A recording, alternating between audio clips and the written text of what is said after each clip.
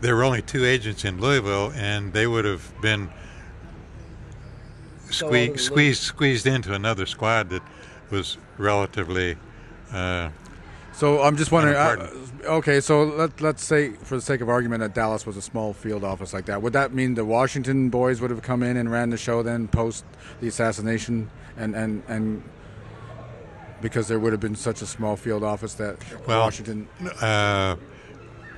Being the size of the office would not have mattered. They could have come into New York City, which was the largest, or into Chicago, and whatever they said goes. Okay, yeah, yeah, right. So they would, they'd be the boss. They would be the boss in town. Yeah. Now, would they liaise with? So I'm wondering, in terms of the Dallas Police Department, would there be liaising, or would they be bossing them around too? In a sense, would they be running the show over Jesse Curry, the chief, and the Henry Wade, district attorney? Normally, they would have tried to run the show, but the problem was that killing a president was not a federal violation, and so the FBI had to bow to the state, either state police or local police, because there was no violation. Now, the FBI always likes to, and as we were trained in training school, you dominate the situation. No matter what it is, you're going to be in control. Does that include Secret Service? Sorry for a moment. Would that include dominate the Secret Service at the time? If we were doing something where they might be on the fringe, yes. I mean, that's what we're trying to do, although if it's within the United States, definitely, because CIA doesn't have any power theoretically within the United States. Yes. They shouldn't even exist in the United States other than to come back home and go to Langley and hop on a plane and fly to a foreign country. Yeah. They don't have any jurisdiction, and I don't know what they were doing in Chicago when I went to the Chicago office of the CIA to turn over photographs. Yeah. I don't know what they were doing because their charter did not allow them to operate within the United States. Yeah. As we know, there are CIA couriers and informants even within certain police departments. Do you think that could have extended into the FBI or Secret Service as well, as that CIA individuals have worked themselves into these position within the FBI or even the Secret Service? If the template's already there for the police departments, as an example, where you have... I suppose it's possible. I never... Because you were in Los Angeles, right, Wes? Yeah. And the ramparts, I mean, there's a lot of people say, or a number of people say, that there are CIA, as an example, officers who are police officers. Did you ever come across any of that in your... I have never come across it, but it wouldn't surprise me. Right. Yeah. So it wouldn't surprise you, and people have made that observation or accusation that some guy appears to be working in one vocation, a police officer, yet he's got so many other connections, things going on. He has to be, you make a conclusion that it wouldn't surprise you that he would be. Let me put it this way. I would expect the CIA to have infiltrated something. Try to do that, because their job is to collect intelligence.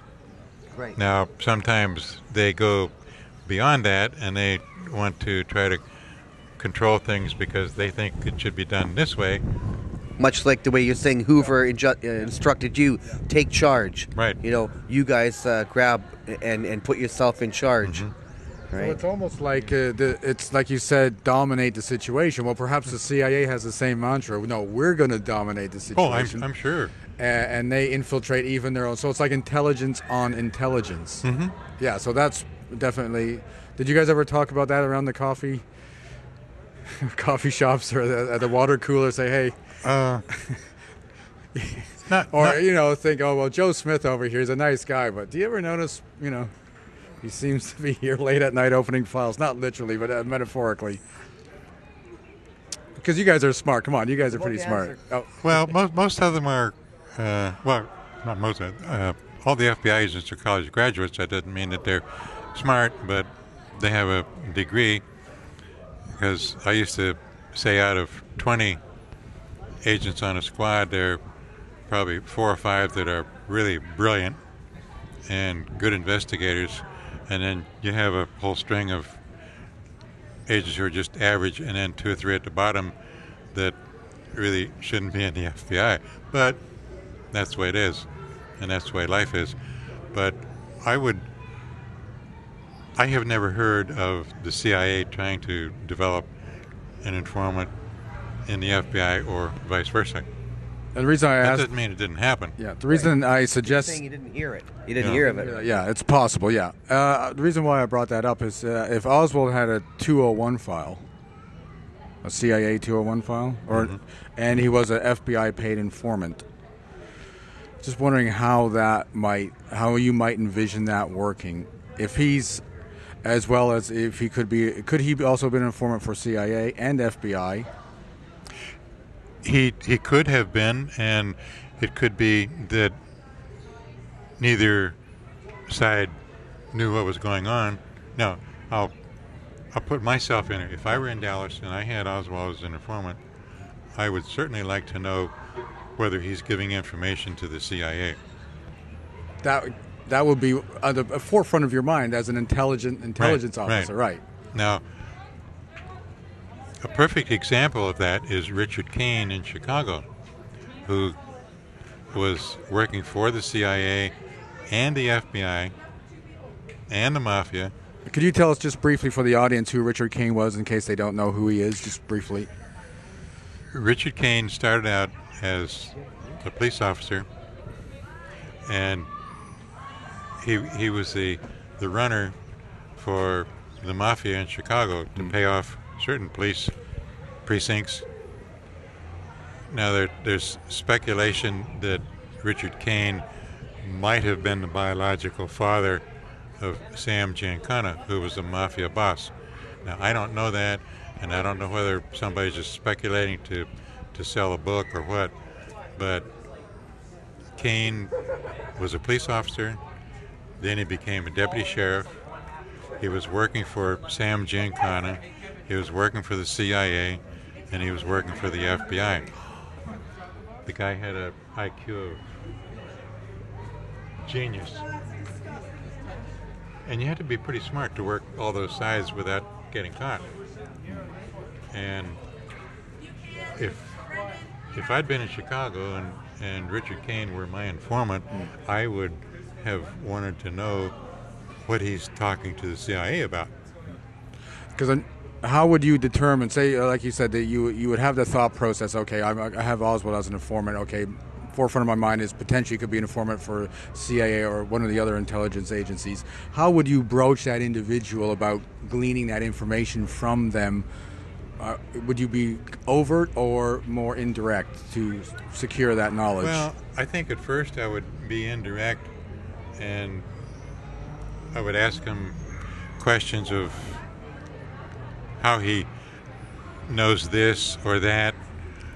And over the years, I noticed that there are certain people that seem to pop up in the United States. And they're here, they're in New York, now they're here. They're not working for the FBI. Who are they working for?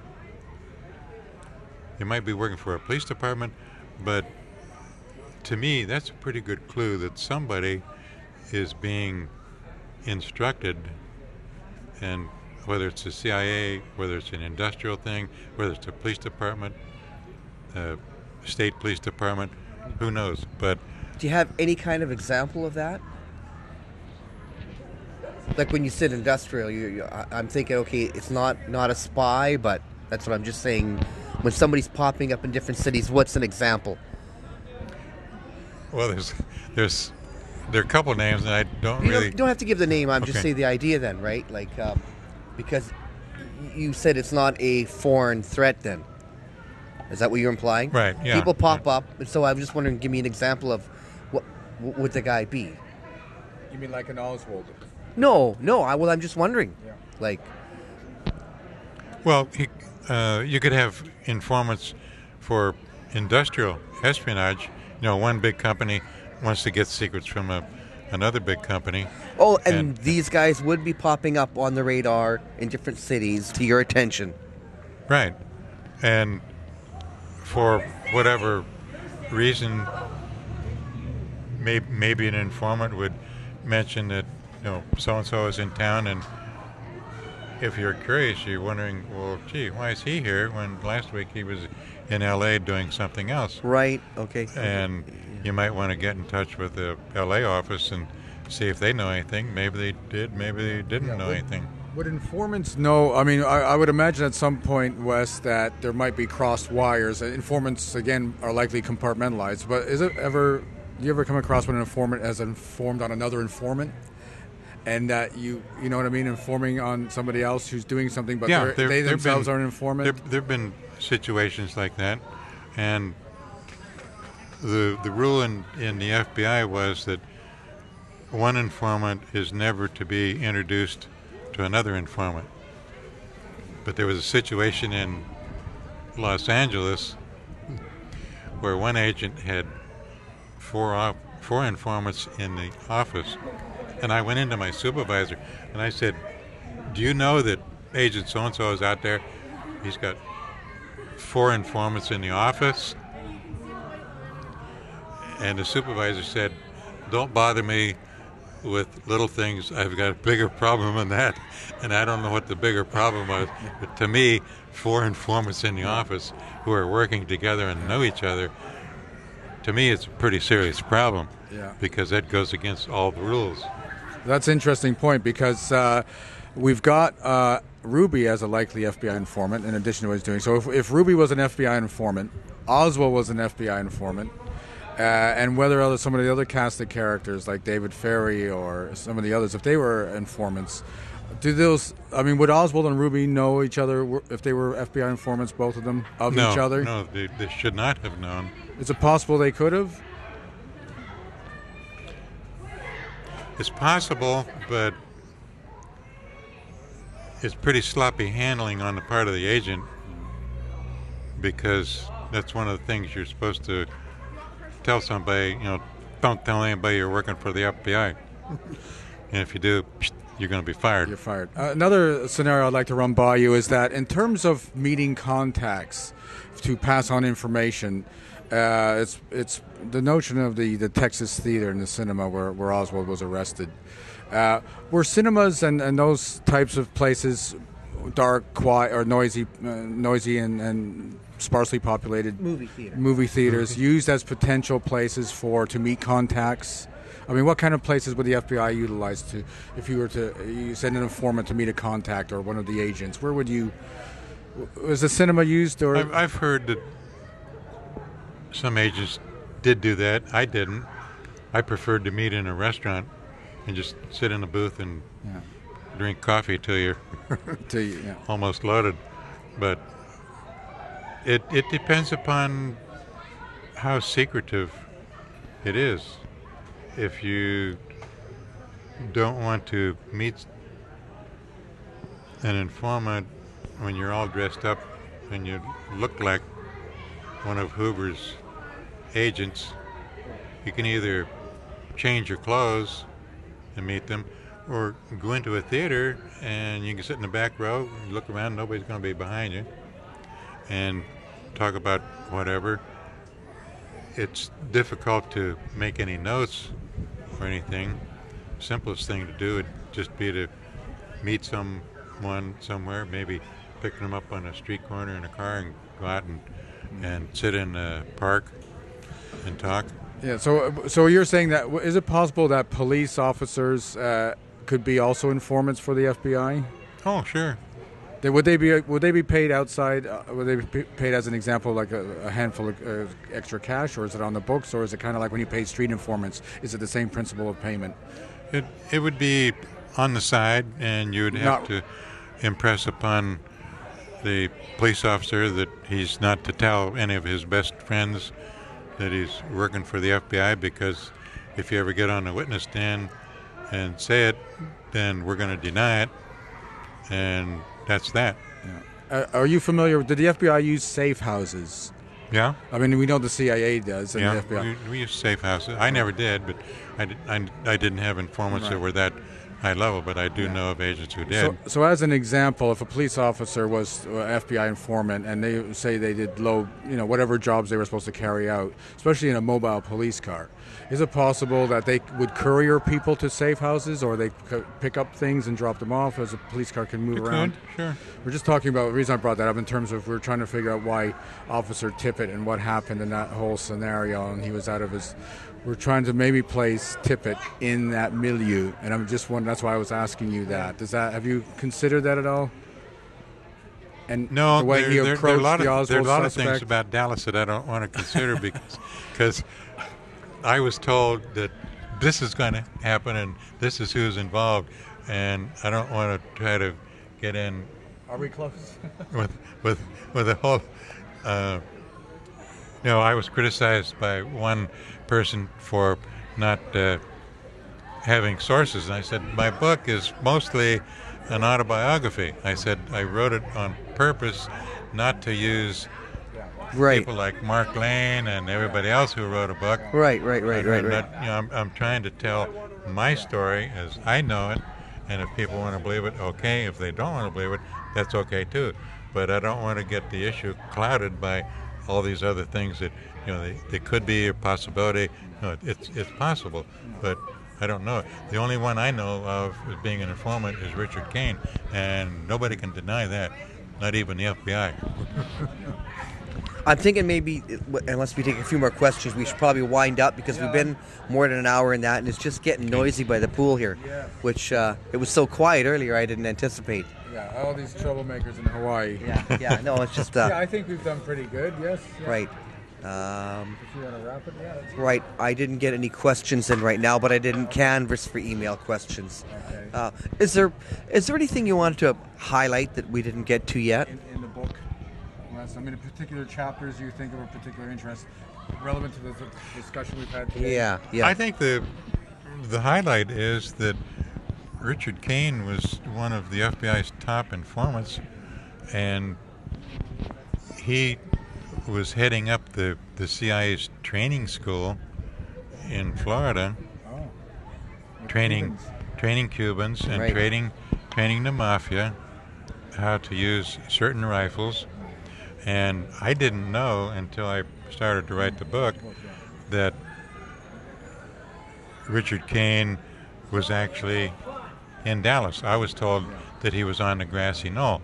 Now, Vincent Bugliosi poo-poos that because he believes... Okay, right, but you were told. Was that from an FBI buddy? Well, no. Who told you that? And if you don't want to give me the name, just, a very good friend of... a friend of mine who was a friend of the wife of Richard Kaine. The wife... Trustworthy source? What's that? Trustworthy source? But it's an anecdotal source. It's just the friend of the wife. I didn't know that until 2004. Right. When I was into writing my book. Right. And I thought, holy smoke. And so for those who don't know Richard Kaine, let's just talk a little bit about him. But if he's on the grassy knoll, there's someone of note. Oh, absolutely. Yeah, Wes, would you be, if we had a series of photographs at a later date and we looked at all the pictures, would you be able to find him if you recognize his face? Richard Kaine? Yes. I mean, would you be able to spot him if he was there in the photographs? Quite a few. I think so. One question I'd like to caution, I've been in the FBI for a little over 25 years, and photo identification can be bad, but I can tell you whether it looks like it. And in fact, when I wrote my book, someone sent me a photo, and I thought, man, that looks like Richard Kaine. Yes. But I wasn't going to put it in the book because if it's not Richard Kaine, then my credibility is out the window. Right. But sometimes that's grounds for further research. Just food absolutely. for thought, saying, does anybody else recognize this guy? As opposed to you looking at the pictures and saying, no, I've looked at it, I don't see him at all. Mm-hmm. So in that case, you don't see him at all. Or if you say that guy in the corner, it's not a clear photo, but that looks like him, and that's, gives us grounds to continue with more photos and say, well, listen, we'll find other photos. I think it's astounding how many photographs and still frames of video there are Dealey Plaza, in spite of how many things were grabbed and taken away. But I just want to go back just a little bit about Richard Kaine, because you mentioned he was. Give us the background of Richard from what you know. I mean, why is this guy important? He's very important because he worked as a police officer. First of all, genius mentality, and he's a sound man. That means he can install sound equipment, microphones and so on, and Transmitters. He was working for Sam Giancana, and the FBI had microphones in different places in Chicago, and I'm sure that if Sam Giancana wanted to find a microphone, they could send Richard Kaine in and he'd find it. Now, if I were Richard Kaine and I found a microphone, I wouldn't rip it out. I would leave it in there. Now you can give the FBI misinformation. Right. I mean, you could just load them with it, and the FBI is going to sit back and say, "Wow, wow, wow, wow, wow, wow," you know. Yeah. But that's what you do, as opposed to the Russians when the FBI installed microphones in the Polish embassy in Chicago in 1959. They had the Russian sweepers come in, and the Russian sweepers found every microphone in there. And the Russians were funny. The very last microphone that they ripped out, they said, "Go back to Texas, FBI." That was their last words. That was the last word that they ripped out. And the funny part about it was that the technician in Chicago who was in charge of installing, I worked part of that on surveillance, so I knew. Talk in the mic. The technician was from Texas, and he had the big, thick accent. And so the Russians, when they ripped that microphone out, said, "Go back to Texas, FBI." And I thought, man, these guys. They knew their adversary. They knew your adversary. Yeah. Yeah, they did. Cat and mouse game. Yeah. I'm just wondering, finally, maybe to start wrapping up, Wes, final thought for all the researchers out there, from your experience, this well-traveled FBI investigator, what would you focus on for the young people researching today? What would you say to young people? What elements of the case do you think we should focus on, and where should we look to excavate potential clues? What avenues? Have you thought about that? If you were investigating a case again, going into it today, where would you go first? Yes, I have thought about it, and I think number one would be the Zapruder film, because the first time I saw it, I thought there was a shot from the front, and I still think every time I see it, there's a shot from the front, but the Warren Commission said, no, all the shots were from behind. Echoes that were recorded. Now, I know from firearms experience that you can shoot a rifle 100 yards and you get the shot of the rifle, bang. The report. When it hits the mud, the first time I heard that, I thought, somebody's shooting back at me.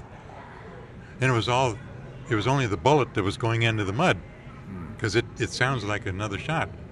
And the first time I was on a rifle firing range, I thought somebody was actually shooting back at me, until I realized that's only an echo. So if somebody heard 10 or 11 shots at Dealey Plaza, it could be only 5. I don't know. You'd have to test it from all the different angles, but I'm not that much of a scientist. Number 2 would be the autopsy. But Kennedy's body was swept away so quickly that nobody can tell anything. Yeah. Now, you're not going to get much research out of checking old files unless there is a record that has slipped through and no one caught. That's the problem. It's old. The records are old. The information is old, and a lot of it is probably routinely destroyed. I don't know what they did with Kennedy. Maybe they boxed up everything, but I doubt it, because the FBI, when I was in Chicago, was interested in saving space. So they had a routine of every 15 years. But then Kennedy assassination is not routine, so they might have set it aside. But that's where I would start, and I think several investigators have already done that. Is there a way to solve it, or have we already solved it by protracting the information out of the fact that it was CIA based? I mean, is that where you see the root of it in your experience? That's where I see it, yes. And I will have to admit that from what I know and what I have seen, the CIA did a fantastic job of covering it up. I mean, they got rid of witnesses as fast as they could whenever they heard that somebody knew something. If they thought the person really knew something, they were dead. They might fall out of a like Lee Bowers or other people, Yeah, but have you ever read the book Dead Witnesses by Craig Roberts? John Armstrong, Yeah. I have that. Yeah, is it 50 dead witnesses or more? More than that. How many is it? I forget how many. I have some. But anyway, dead witnesses, yeah. I have some of them in here, and then I I added a few. Yeah. Because I could see that. It's astounding. After a while, you get so many dead witnesses that you can't tell who's important and who isn't. But like we were mentioning Dorothy Kilgowan, even. Yeah, Dorothy Kilgowan is a perfect example. And you know what? To me, Wes, the first witness to go on that list was Lee Harvey Oswald. Oh yeah, he was no. They got him. He was number one, right? And he went. Yeah. That's. So I mean, to me, so you're convinced that it is CIA or a compartmentalized section of the CIA. Would you, in your opinion? Yeah. Some people say, well, went all the way to the top. Well, I'm not too sure about that because we in Chicago used to do illegal break-ins, and we were doing. When we first started, we would have to ask permission from Washington. And we realized that we're not getting anywhere. We write a letter and we wait for a week, and maybe the person's moved out of town or whatever. We can't wait any longer. Window of opportunity. Right. And so we would do bag jobs. If we didn't find anything, we didn't tell anybody. If we found some records, then we asked for information. We guaranteed security because we already had the information. Nothing happened. And when they said, we guarantee security, okay, go ahead and do it. We would change the date on it when we actually went in, and we'd give them the information maybe a week or 2 weeks later, but we had already done it. We were risking our jobs. We knew we were, but we felt protecting the country was more important than our job, because if we didn't protect the country, we wouldn't have a job. So, and at that time of the Cold War, you had that fear, as you had alluded to earlier, that these giant lists, people thought that there could be a first strike attack, and these agents would be coming out of the woodwork as, like a Manchurian candidate, or somebody comes out and all of a sudden they're sabotaging America. Yeah. But that was our mentality. I can see that it was wrong, but I'm not too sure, because if in today's political environment, you say, well, you must have been out of your mind. But the people who say that were not there in 1952, and they don't know how close we came to World War III. So we wanted to know who was going to be protecting the bad guys when they come marching in. Right, and also, or that thought was planted, because I was thinking of that double agent in today's day, the Iraq, in Afghanistan, the guy called Curveball, who was basically, he knew people wanted to hear a certain story, so he was getting money for it. So it's back then, if they say, they got missiles, you give me a little money, I'll tell you how many bombers they have, how many missiles, and all of a sudden you pay those guys, and they say they got 102 missiles. Well, then your Defense Department is saying, well, we better outspend them. Right. We better up the thing. And before you know it, there's a Cold War going. That's some bankers are lending money to both sides and making money. And finally, the Soviet Union is bankrupted, And that war ends without a shot, but it's astounding the amount of money, I think, off the topic, America's spending in Afghanistan that today, because you start to wonder, is it a bottomless pit? Like, you can have all this homeland security, but if, well, I won't get into all that. It's a different topic, but it's too complicated. Yeah. Thanks for sharing time here. It's Thank interesting you. listening Thank to and discuss the book, To Kill a President, Finally an Ex-FBI Agent. Yeah, it's Rips the available site. on Amazon.com. Amazon.com. I'll make links to it beside the interview. Okay. I'll put this up as well. I think I got the book standing up there now. We apologize if it got a bit noisy to people, but it was certainly nice and quiet when we started, so we're just going to leave it at that for now. So any final thoughts? No, that's great, Len. Thank you for having me on, and it's been wonderful. Okay. All right, Wes. Well, thanks again. I think we're going to wrap up, and probably I think maybe we'll do another segment maybe a little later. Yeah. We've spent about 2 hours here, and I think we still got tape going. I can't see our video picture, but I wonder if anyone's still up this late. yeah, great. Thanks, anyone, and send me an email if you are getting the signal. Please send any email questions And, for Len or Wes. Right. Okay. Thanks. Thank you. That's great. Thanks, Wes. All right. Okay, those Thank listening you. into Black Op Radio, or that's what I was alluding to, Craig, yeah. Oh, there we are, now I can see. Okay, so what we're going to do is we'll let you know on our Facebook page the when we're going to come on again with Mark, and we'll do some more interviews. Maybe it's less quiet around here. Alrighty? Oh yeah, Diamond Head in the background. Good, yeah. Beautiful view. All right, thanks everybody. We're going to sign off for now. Maybe we'll just leave the camera going for a minute, but you've been here for 2 hours. You must have seen Diamond Head. All right.